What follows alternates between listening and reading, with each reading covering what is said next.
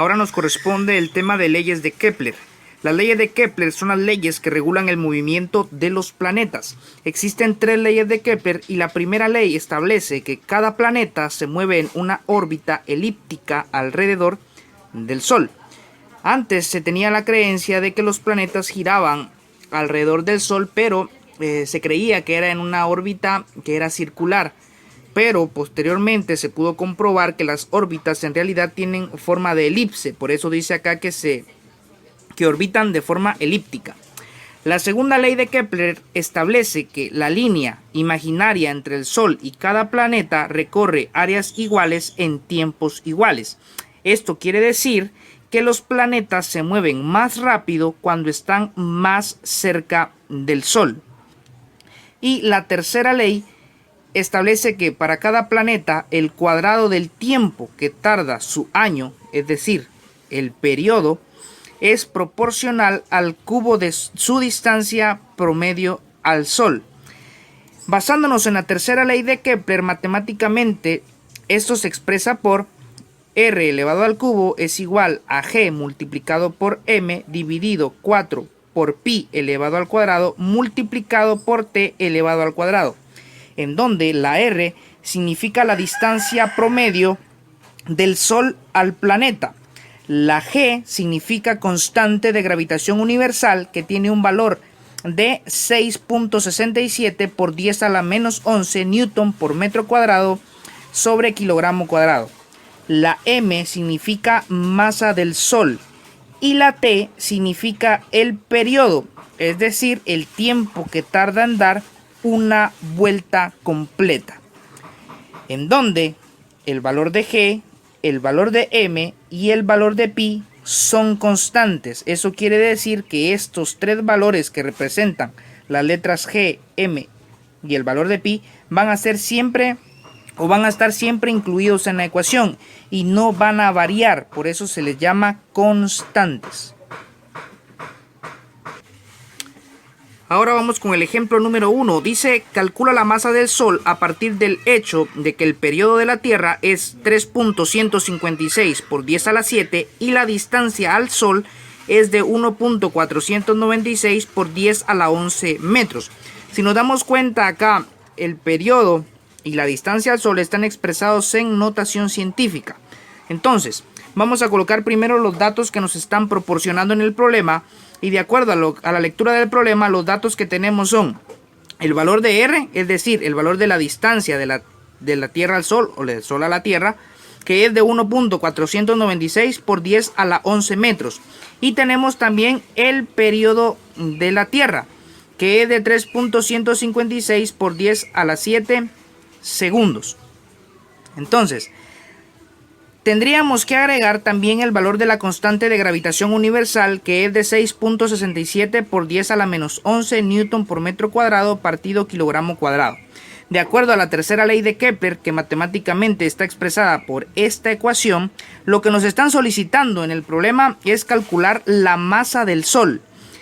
Esta ecuación se utiliza para poder saber el valor de la distancia al cubo.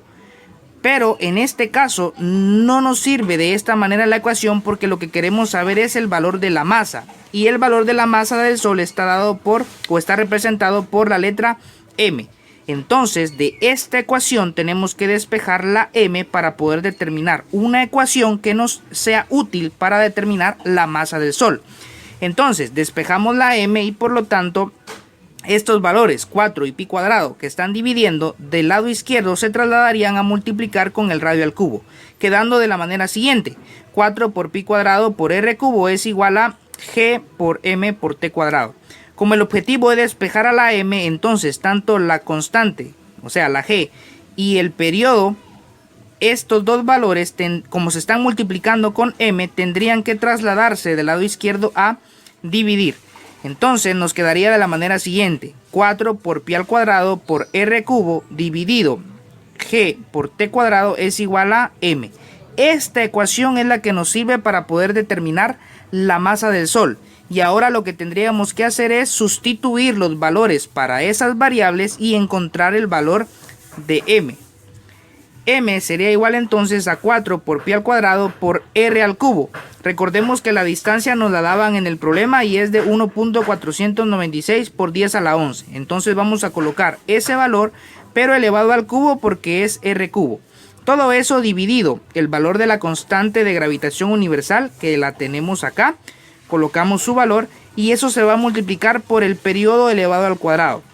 En este caso el periodo nos lo daban también y dice que es de 3.156 por 10 a la 7 segundos en este caso.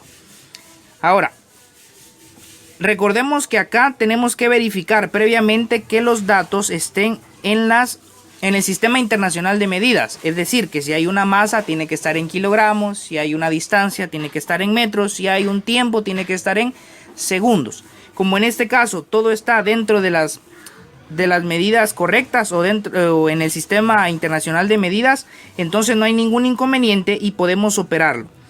De esta forma entonces vamos a ingresar los datos en la calculadora y sería de la manera siguiente. Aquí hay que prestar bastante atención en cómo lo vamos a hacer. Lo que está en el numerador se está multiplicando, por lo tanto sería 4 multiplicado por pi elevado al cuadrado. Para ingresar pi en la calculadora tenemos que presionar la tecla de Shift y posteriormente presionamos la tecla que tiene el símbolo de pi. Aquí aparece en color amarillo en la parte superior de la tecla que aparece con las letras EXP. Entonces vamos a presionar esa tecla y al hacerlo aparece el símbolo de pi. Ese pi está elevado al cuadrado, así que presionamos la tecla del cuadrado y ahora multiplicamos por, agregamos paréntesis, 1.496 por 10 al exponente 11 y todo eso está elevado al cubo. Por lo que ahora vamos a presionar la tecla que eleva al cubo, que es esta. Presionamos igual y eso nos queda este resultado. Pero esto que está en el numerador, del cual ya tenemos el resultado en la calculadora, se está dividiendo entre estos dos valores multiplicados. Entonces ahora presionamos dividido, abrimos paréntesis y vamos a ingresar el valor de la constante. 6.67 por 10 al exponente menos 11. Eso se va a multiplicar, abrimos paréntesis y ahora vamos a ingresar 3.156 por 10 al exponente 7, cerramos paréntesis, cerramos, eso está elevado al cuadrado, así que vamos a elevarlo al cuadrado, cerramos otro paréntesis y ahora por fin presionamos el signo igual, quedando un resultado en la calculadora de 1.9895 y todo esto, y acá al final, si pueden apreciar, aparece por 10 elevado al exponente 30. Ahora, ¿cómo le hacemos para que nos quede entonces de esta manera, expresado en notación científica y únicamente con 2 decimales? Tenemos que programar en nuestra calculadora la forma numérica o la forma en que nos va a expresar el resultado y tenemos que configurarlo a notación científica. Eso lo hacemos de la manera siguiente: presionamos la tecla de Mode, la presionamos un total de 3 veces y aparecen 3 opciones: en función fix, función de notación científica o en función normal. Entonces vamos a configurarla en científica. Como científica tiene el número 2, presionamos la tecla con el número 2 y ahora nos pregunta de 0 a 9. Vamos a presionar ahora el número 3 para que nos deje 3 valores acá en cuanto a la respuesta. Entonces presionamos y nos queda finalmente 1.99 por 10 elevado al exponente 30, que es lo que aparece acá. 1.99 por 10 al exponente 30 kilogramos, porque recordemos que estamos determinando la masa del Sol. Entonces concluimos que la masa del Sol tiene este valor en kilogramos. Bien, ahora vamos a hablar también acerca de satélites artificiales. Como bien sabemos, en nuestro planeta, en el planeta Tierra, existen ciertos satélites de comunicaciones.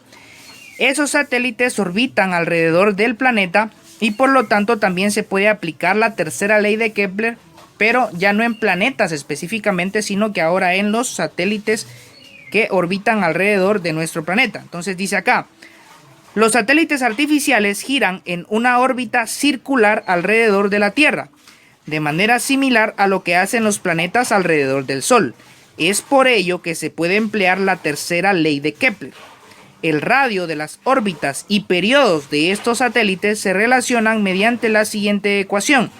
Y como pueden apreciar, aparece acá: r elevado al cubo es igual a G por mt dividido 4 por pi cuadrado multiplicado por t elevado al cuadrado. Esto recordemos que es lo que establece la tercera ley de Kepler, en donde mt es la masa de la Tierra, la r es la distancia del centro de la Tierra al satélite y la t es el periodo de revolución del satélite, es decir, el tiempo que tarda el satélite en darle una vuelta a la Tierra. Prácticamente lo único que cambia en relación de esta ecuación con la anterior es que ahora todo se va a enfocar o se va a relacionar en base a la Tierra. Por eso acá aparece mt, masa de la Tierra, y ya no la masa del Sol. En la anterior trabajábamos con la masa del Sol porque se trataba del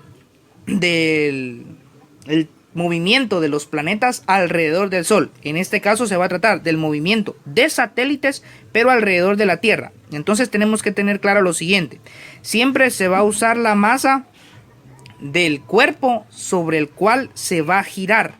Entonces, si nos dice, por ejemplo, en el problema que gira alrededor del Sol, entonces acá en la ecuación se utilizaría la masa del Sol. Si nos dice que gira alrededor de la Tierra, entonces en la ecuación tengo que utilizar la masa del planeta Tierra. Si nos dijera, por ejemplo, que hay un satélite que gira alrededor de Saturno, entonces se tendría que utilizar acá la masa de Saturno. ¿De acuerdo? Entonces siempre se va a emplear la masa del cuerpo o planeta, en este caso, sobre el cual se esté realizando el movimiento rotatorio y traslacional. Bueno, una pregunta que deberíamos de realizarnos es: ¿con qué velocidad se mueven los satélites? Para dar respuesta a esta pregunta se considera que la trayectoria de los satélites es circular y que la fuerza centrípeta que actúa sobre los satélites es la proporcionada por la fuerza gravitacional. Es decir que la fuerza centrípeta será igual a la fuerza gravitacional. La fuerza centrípeta se calcula por medio de la siguiente ecuación. Dice acá: ms multiplicado por v elevado al cuadrado dividido r será igual a g multiplicado por mt por ms dividido r elevado al cuadrado, en donde ms significa la masa del satélite, la v significa la magnitud de la velocidad tangencial 1 que tendrá ese satélite, mt significa la masa de la Tierra y recordemos que la g es la constante de gravitación universal.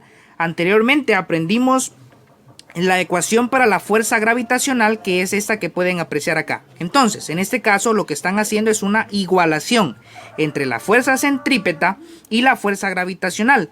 La fuerza centrípeta es la fuerza que se produce cuando se realiza un movimiento en forma circular. Es por eso acá que dice que tenemos que asumir que los satélites orbitan alrededor de los planetas en forma circular o alrededor de la Tierra en forma circular. Entonces, de acuerdo a estas ecuaciones podemos determinar la fórmula o ecuación que nos serviría o que sería útil para determinar la velocidad tangencial de dichos satélites. ¿Cómo? Pues en este caso, teniendo estas dos ecuaciones, procederemos a despejar la v. ¿De acuerdo? Al momento de hacer ese despeje nos damos cuenta que la r está dividiendo, por lo tanto del otro lado se trasladaría a multiplicar, que es lo que hicimos acá. Trasladamos la r del otro lado a multiplicar y la masa del satélite, que en este caso está multiplicando con la v, del otro lado se trasladaría a dividir. Entonces acá, como pueden apreciar, aparece la masa del satélite dividiendo.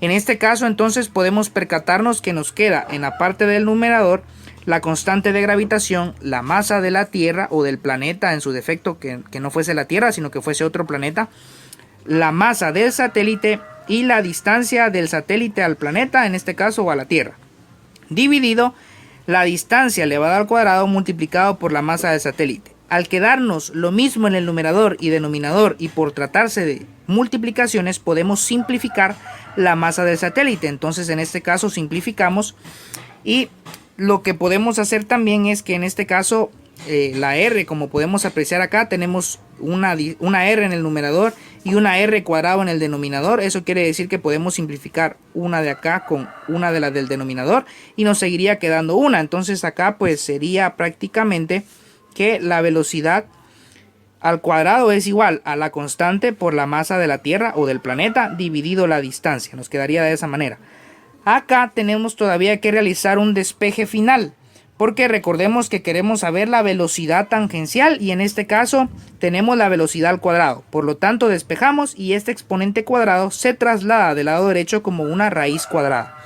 En este caso nos quedaría entonces que la velocidad es igual a la raíz cuadrada de la constante de gravitación por la masa de la Tierra o la masa del planeta del cual se esté hablando, dividido la distancia del satélite al planeta.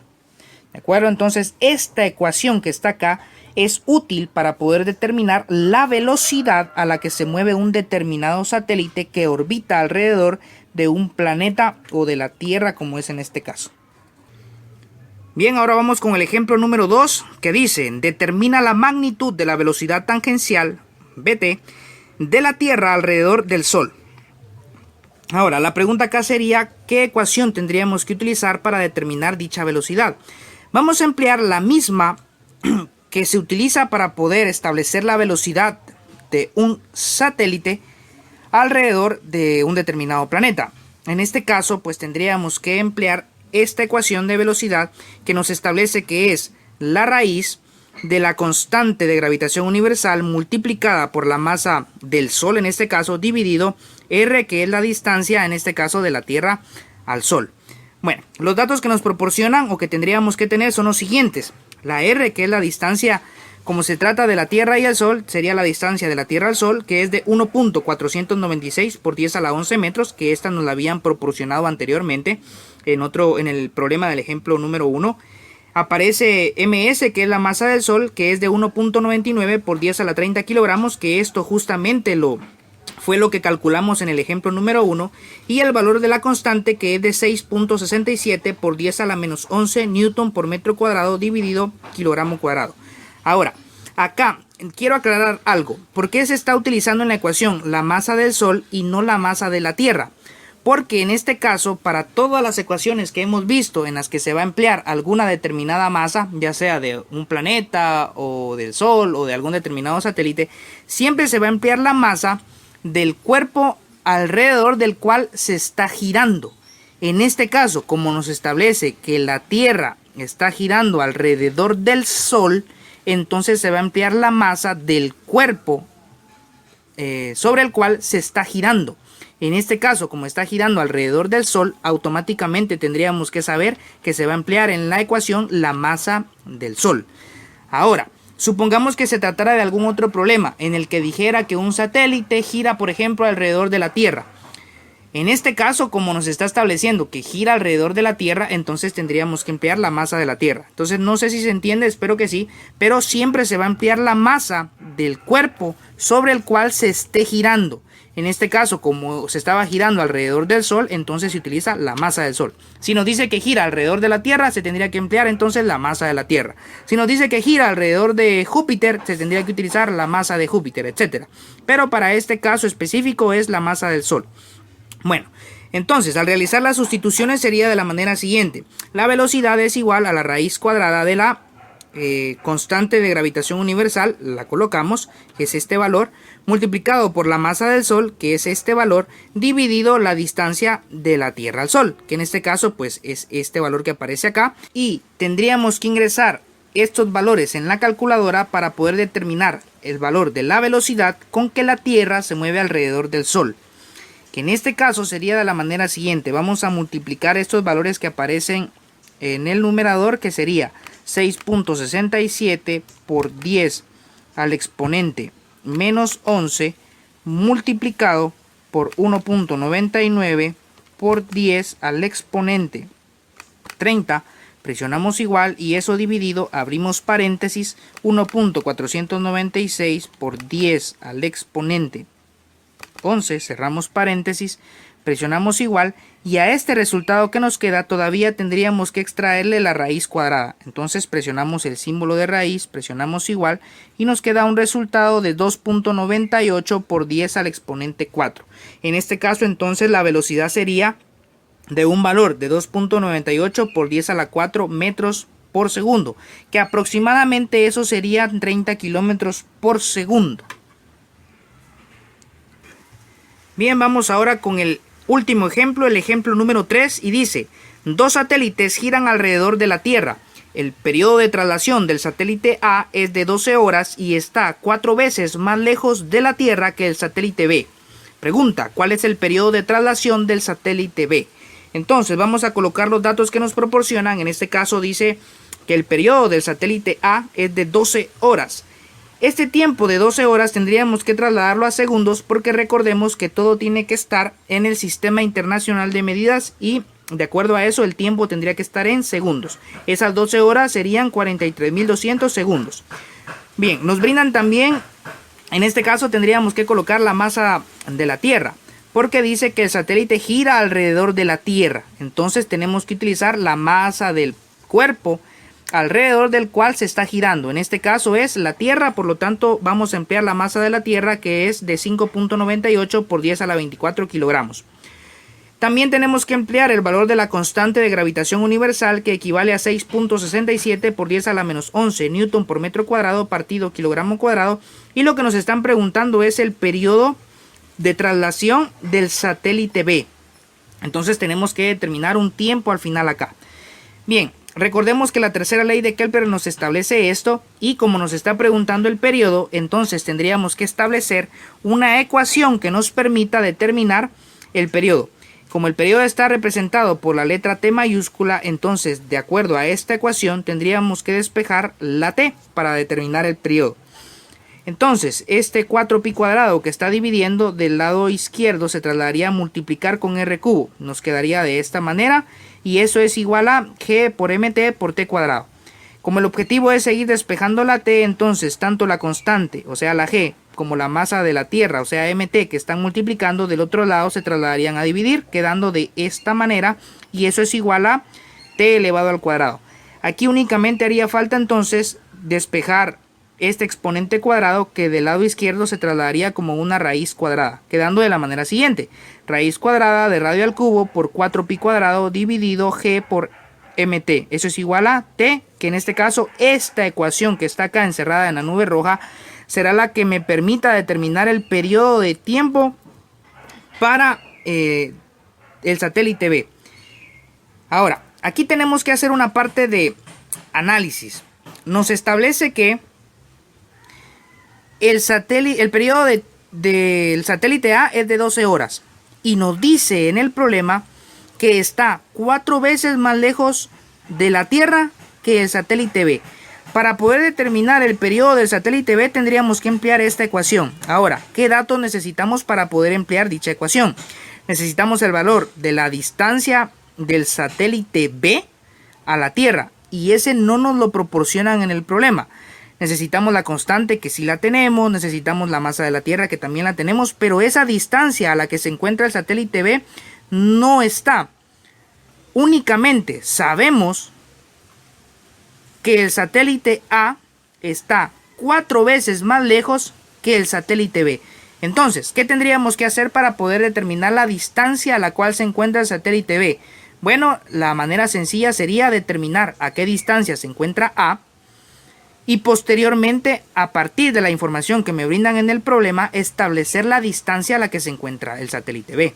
¿Cómo vamos a establecer la distancia a la que se encuentra el satélite A? De la manera siguiente: utilizando esta ecuación de la tercera ley de Kepler, despejamos la R. En este caso, R, o sea, la distancia a la que se encuentra el satélite A elevada al cubo, sería igual a la constante, que la tenemos, la masa de la Tierra, que la tenemos, el periodo de traslación para el satélite A, que ese sí nos lo proporcionan, era de 12 horas, pero que posteriormente trasladamos a segundos, siendo 43.200, y 4pi cuadrado, que son constantes. Entonces vamos a sustituir, nos quedaría de la manera siguiente: el valor de la constante por la masa de la Tierra por el periodo elevado al cuadrado, que recordemos que no vamos a usar las 12 horas, sino los 43.200 segundos elevados al cuadrado, dividido 4 por pi cuadrado. Eso lo vamos a ingresar en la calculadora, pero recordemos que para poder establecer el valor de la distancia tendríamos que despejar. Como aquí está r cubo y no nos interesa eso, sino que nos interesa el valor de r, entonces despejamos. Este exponente cúbico se trasladaría del lado derecho como una raíz cúbica. ¿De qué? De todo esto que tenemos del lado derecho. Ahora, ¿cómo vamos a operar eso en la calculadora? Prestar bastante atención a la manera en que se va a operar. Vamos a realizar todas las multiplicaciones. En este caso sería 6.67 multiplicado por 10 al exponente menos 11. Eso multiplicado por 5.98 por 10 al exponente 24. Y eso multiplicado por 43.200 que está elevado al cuadrado. Entonces presionamos la tecla de exponente cuadrado, damos igual, nos queda ese resultado y eso hay que dividirlo entre 4 por pi cuadrado. Entonces ahora presionamos el signo de división, abrimos paréntesis, presionamos el 4 y para ingresar el número pi en la calculadora sería, recordemos, es shift y la tecla en donde aparece el símbolo de pi acá, la tecla de X. Y ya tenemos ahí el número pi. Ese número pi está elevado al cuadrado, por lo tanto presionamos la tecla de cuadrado, cerramos paréntesis y le damos igual. Y nos queda este resultado. Pero no sería este el valor que vamos a emplear. ¿Por qué? Porque recordemos que debemos extraer la raíz cúbica. Entonces para extraer una raíz cúbica en este caso sería, presionamos la tecla de Shift, presionamos la tecla que aparece como x al cubo y que en la parte superior tiene raíz cúbica y al presionarla aparece la raíz cúbica del número que tenemos en la pantalla de la calculadora. Ahora solamente presionamos igual y obtenemos el resultado que es de 26.616.130.97 metros, que es lo que aparece en este caso acá. Esto que determinamos es la distancia que existe del satélite A a la Tierra. ¿De acuerdo? Entonces, esta sería la distancia del satélite A. Ahora, ¿por qué era importante determinar esa distancia? Porque es la única forma que tenemos de determinar la distancia a la que se encuentra el satélite B. ¿Por qué? Porque nos establece en la información que el satélite A está 4 veces más lejos de la Tierra que el satélite B. Como ya tenemos la distancia a la que se encuentra el satélite A partir de este valor o de este dato podemos determinar la distancia a la que se encuentra el satélite B. ¿Cómo? Pues fácil, tendríamos que, para encontrar la distancia del satélite B, tendríamos que dividir la distancia del satélite a la que se encuentra el satélite A entre 4.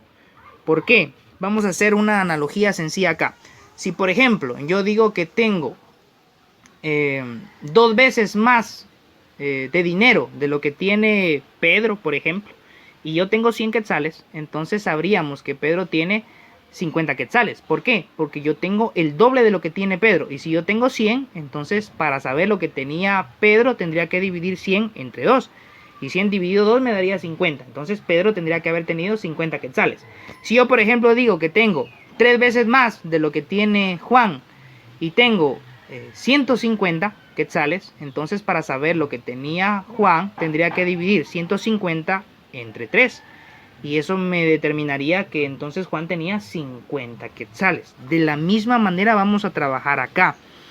El satélite A está 4 veces más lejos de la Tierra que el satélite B, entonces para saber a cuánto está el satélite B tendría que dividir la distancia del satélite A entre 4. Es por eso que vamos a hacer esa operación. Y al dividir esa distancia entre 4 nos queda un valor de 6.654.032.74 metros. Esta sería la distancia a la que se encuentra el satélite B. Y teniendo esa distancia, podemos emplear esta ecuación para calcular el periodo para el satélite B. En este caso sería de la manera siguiente. El periodo para el satélite B es igual a la raíz cuadrada de r cubo, que sería la distancia del satélite B, que ya la tenemos, elevada al cubo, multiplicado por 4pi cuadrado, que ya lo tenemos ahí, dividido la constante de gravitación universal, que ya la vemos, multiplicado por la masa de la Tierra, que equivale a 5.98 por 10 a la 24. Ingresamos todo eso en la calculadora, extraemos raíz cuadrada, y nos quedaría que el resultado para el periodo del satélite B es de 5.400 segundos. Esto en segundos. Si lo quisiéramos saber en horas, pues simplemente hacemos la conversión y entonces nos daríamos cuenta que el satélite B tiene un periodo de 1.5 horas. Recordemos que el periodo hace referencia al tiempo que tarda el satélite en darle una vuelta completa a la Tierra. En este caso, al encontrarse el satélite A mucho más alejado de la Tierra, tiene que tardarse más tiempo en dar una vuelta completa, que nos damos cuenta que tarda 12 horas. Por lo tanto, tiene mucha lógica o mucho sentido que el satélite B se tarde menos tiempo en horas en darle una vuelta completa a la Tierra. ¿Por qué? Porque se encuentra más cerca de la Tierra, entonces tiene que dar o recorrer una menor distancia. ¿De acuerdo? Entonces tiene bastante sentido. Entonces hay que tener bastante cuidado acá para poder emplear las ecuaciones correctas y poder determinar lo que nos soliciten en cada uno de los problemas.